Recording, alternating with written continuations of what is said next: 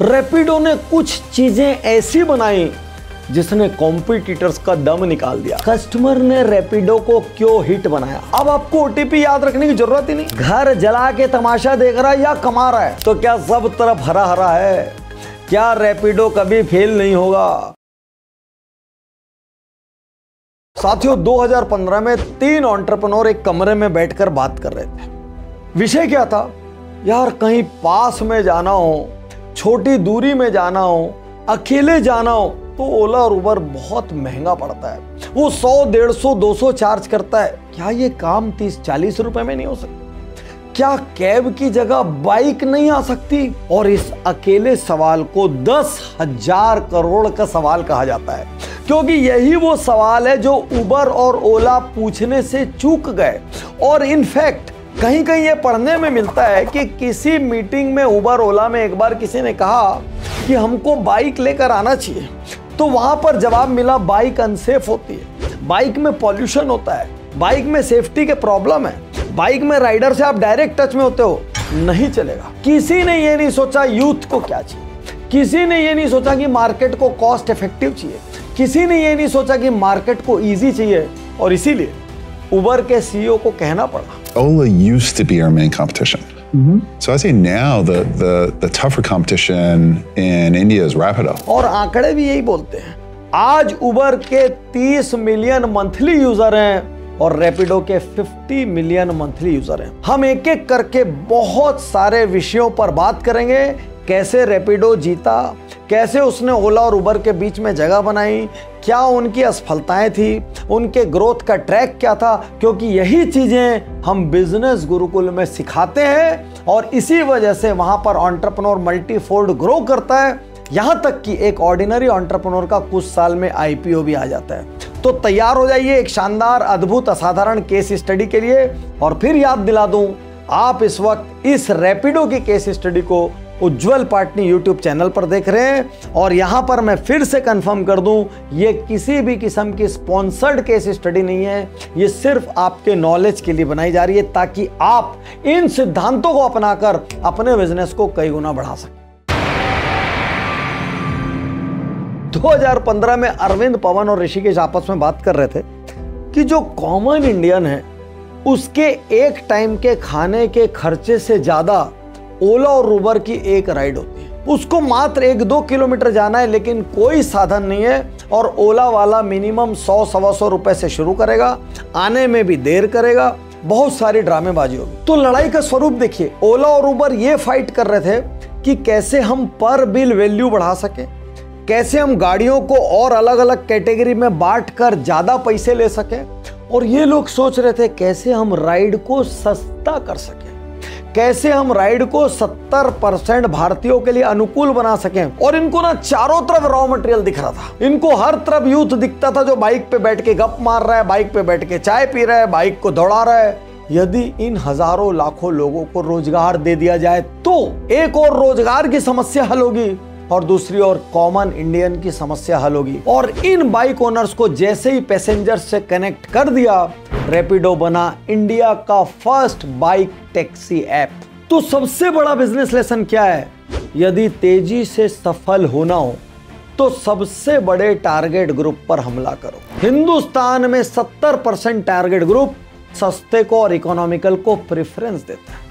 Second सबसे बड़ा lesson, वहां कंपीट मत करो जहां हर कोई कंपीट कर रहा है। ओला और उबर 100% सेम तरीके से कंपीट कर रहे थे। इन्हीं के साथ साथ कई और रीजनल टैक्सी प्रोवाइडर आए, वो भी इन्हीं के टर्फ पर कंपीट कर रहे थे। यहां पर रैपिडो ने देखा यहां पर तो ऑलरेडी बहुत कंपनी काम कर रही है, हम एक ऐसा निश बनाते हैं जिसमें कंज्यूमर भी चारों ओर है और प्रोडक्ट भी चारों ओर है। रैपिडो ने कुछ चीजें ऐसी बनाई जिसने कॉम्पिटिटर्स का दम निकाल दिया। यहां तक कि दबे छुपे वो बोलने लगे, यार इसको कॉम्पीट करना बहुत मुश्किल है, क्योंकि ओला और उबर के पास बेहिसाब पैसा था। वो मार्केट में काफी समय पहले आ चुके थे, पॉपुलर हो चुके थे, उनके पास एक बहुत बड़ा यूजर बेस था। ऐसे में रैपिडो को अपनी जगह बनाने के लिए कुछ तो यूनिक करना ही था। तो बात करते हैं रैपिडो ने क्या यूनिक किया। ओला और उबर हर राइड में से अपना कमीशन लेते हैं। जो गाड़ी चला रहा है उसको लगता था यार 500 रुपए मैं कमा रहा हूँ, 200 रुपए तो ये लोग ले लेते हैं। तो जब भी उसको बड़ी राइड मिलती थी, एक और तो उसको खुशी होती थी और एक और उसको अफसोस होता था कि इसमें से इतना पैसा कंपनी को चला जाएगा। वो ये भी सोचता था कि मैं जितना ज्यादा कमाऊंगा उतना ज्यादा कमीशन कंपनी को मिलेगा। रैपिडो ने एकदम नया खेल खेला। रैपिडो ने बोला कि पर डे आपका ये सब्सक्रिप्शन मॉडल है, आप हमें इतनी फिक्स्ड फीस पर डे दीजिए, इसके बाद जितना कमाना है वो आपका है। अब यहाँ पर तुरंत टैक्सी वालों के दिमाग में बल्ब जला, यार मेरे दिन का खर्चा 400, 500, 600, 700, 800 इतना ही है, इसके बियॉन्ड जो मैं कमा लूंगा वो सब कुछ मेरा है। वो एक दिन में ज्यादा राइड लेने लगे, वो ज्यादा मेहनत करने लगे और इस अकेले मॉडल ने पूरे मार्केट का गेम चेंज कर दिया। मोस्टली रैपिडो ये कोशिश करता था कि 1 मिनट के अंदर पैसेंजर को कोई ना कोई राइड मिल जाए, भले वहां फेयर कम हो फेयर ज्यादा हो, ये इंपॉर्टेंट नहीं है, राइड सबसे जल्दी मिलनी चाहिए। तो लोगों के दिमाग में धीरे धीरे एक इंप्रेशन आया, यार रैपिडो जल्दी बुक होती। ओला और उबर कहां पर थे? कारों में थे, टैक्सियों में थे। किसी भी आदमी को आज की डेट में टैक्सी खरीदना है, चलाना है तो कम से कम 5-7 लाख रुपए से कार शुरू होती है, सबसे हल्की भी ले लो तो एक व्यक्ति को एक ओला या उबर ओनर बनने के लिए 8-10 लाख रुपए खर्च करना पड़ता था। उसके विपरीत शहर में ऑलरेडी लाखों बाइक्स, छोटे से छोटे गांव में जहां एक भी कार नहीं रहेगी वहां बाइक जरूर रहेगी। शहर में हजारों ऑटो थे, वो ऑटो वाले भी ऑर्गेनाइज होना चाह रहे थे। मल्टी मॉडल मास्टरी के तहत रैपिडो ने बाइक, ऑटो, कैब, डिलीवरी सब कुछ उठा के एक में समेट दिया। आप किसी भी जगह खड़े हो जाइए, या तो आपको एक बाइक मिल जाएगी, या तो आपको एक ऑटो मिल जाएगा, नहीं तो आपको एक कार मिल जाएगी, कुछ ना कुछ आपको मिल ही जाएगा। और मल्टी मॉडल की वजह से रैपिडो जीत गया। मैं हर बार जब कभी रैपिडो में बैठता था किसी दूसरे शहर में इमरजेंसी में, तो मैं हमेशा ओटीपी को देख के देता था। एक बार किसी ने मुझसे कहा, सर ओटीपी हर बार सेम होता है। मैंने बोला हर बार सेम होता है? फिर मैं उस कॉन्सेप्ट के गहरे में गया। अब आपको ओटीपी याद रखने की जरूरत ही नहीं, आप किसी के लिए रैपिडो बुक करिए, खाली उसको बता दीजिए ओटीपी आएगा। आप किसी के भी मोबाइल से अपने लिए गाड़ी बुक करिए, उसमें बैठ के अपना ओटीपी दे दीजिए। तो सार क्या है? यूनिवर्सल ओटीपी ने कस्टमर्स के दिमाग में एक गजब का ईज पैदा किया और उनको ऐसा लगने लग गया जैसे कि मेरा बैंक अकाउंट नंबर या मेरा गाड़ी नंबर है। इस छोटे से सिस्टम ने रैपिडो को कस्टमर्स का, पैसेंजर्स का, ट्रेवलर्स का डार्लिंग बना दिया। यहां पर एक बड़ा सवाल उठता है, भाई जनता का पैसा बर्न कर रहा है, इन्वेस्टर का पैसा बर्न कर रहा है, जगह जगह से पैसे को लीक कर रहा है, घर जला के तमाशा देख रहा है या कमा रहा है? रैपिडो के फाइनेंशियल नंबर्स देखिए, जितनी भी कंपनीज इस सेक्टर में है उन सब ने बेतहाशा कैश बर्न किया है, उन सब ने खूब वेस्टेज किया है। और आज तक इन सब के कंपैरिजन में रैपिडो का जो ग्रोथ रिकॉर्ड है वो फास्टेस्ट है, जो वेस्टेज है वो मिनिमम है, और जो बर्न है वो बाकी कंपनीज की तुलना में नेग्लिजिबल है। रैपिडो ने 2023 में 443 करोड़ का रेवेन्यू किया, 2024 में 648 करोड़ का रेवेन्यू किया, और 2025 का आंकड़ा आप खुद ही देख लो स्क्रीन पर और खुद ही बताओ कितने ग्रोथ का परसेंटेज है। ये ग्रोथ परसेंटेज अपने आप में हिस्टोरिकल है। और पैसा भी कई जगह से कमाया, राइड के कमीशन से कमाया, रैपिडो फॉर बिजनेस से कमाया, मतलब एम्प्लॉयज को हर दिन अपने घर से, अपने रूम से ऑफिस तक जाना है तो कंपनी ने उसके लिए रैपिडो फिक्स कर दिया, या एम्प्लॉय ने खुद अपने लिए रैपिडो फिक्स कर ली और रैपिडो बिजनेस के नाम से डेली कम्यूट की। यूनिक ड्राइवर के सब्सक्रिप्शन से कमाया, जिसमें रैपिडो का ऐप यूज करने के लिए ड्राइवर को एक फिक्स अमाउंट पे करना पड़ता है। और ये सब छोड़िए, लास्ट में थोड़ा बहुत इन ऐप प्रमोशन से भी कमा लिया, कभी उसमें पेटीएम का ऐड मिलता है, कभी किसी और कंपनी का ऐड मिलता है। तो मल्टीपल जगह से कमाया, मिनिमम गंवाया। इसीलिए 23 से 24 के बीच 46% की ग्रोथ है, और 24 से 25 के बीच उस ग्रोथ ने आसमान फाड़ दिया। अब इस केस स्टडी को जरा कस्टमर के एंगल से देखते हैं। कस्टमर ने रैपिडो को क्यों हिट बनाया?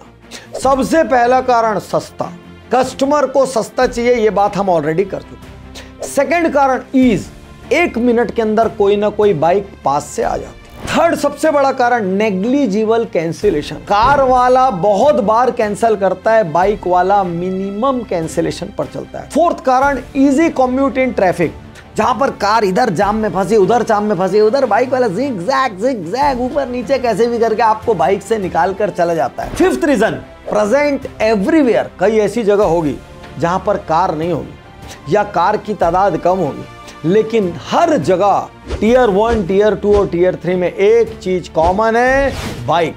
इसी वजह से आज यदि देश के किसी हिस्से तक रैपिडो नहीं भी पहुंचा है तो ओला और उबर की तुलना में रैपिडो के पहुंचने के चांस 1000 गुना ज्यादा है। तो क्या सब तरफ हरा हरा है? क्या रैपिडो कभी फेल नहीं होगा?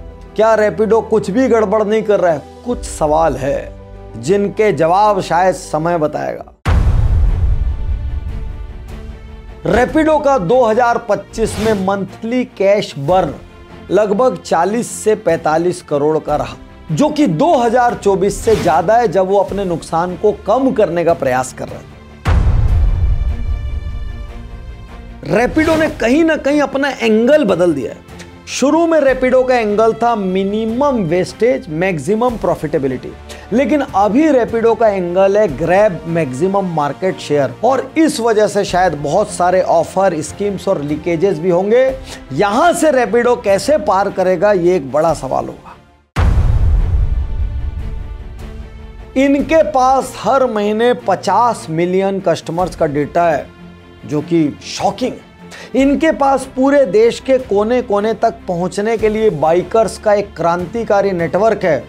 उस नेटवर्क, उस टेक, उस ऐप और उस डेटा को यूज करते हुए रैपिडो बहुत जल्दी फूड डिलीवरी में प्रवेश करने जा रहा है। रैपिडो कुरियर में प्रवेश करने जा रहा है और पता नहीं क्या क्या करने जा रहा है, क्योंकि उन्होंने नींव खड़ी कर दी, एक बेहद शक्तिशाली नींव जिसके ऊपर कितनी भी बड़ी इमारत का निर्माण किया जा सकता है। रैपिडो में बहुत सारे लेसन्स हैं। एक बहुत ही टफ मार्केट, एक बहुत ही एसेट हैवी मार्केट, एक ऐसा मार्केट जिसमें कंपनीज हेवीली फंडेड है और marketing, advertisement, promotion, scheme offer में कुछ भी खर्चा कर सकती है।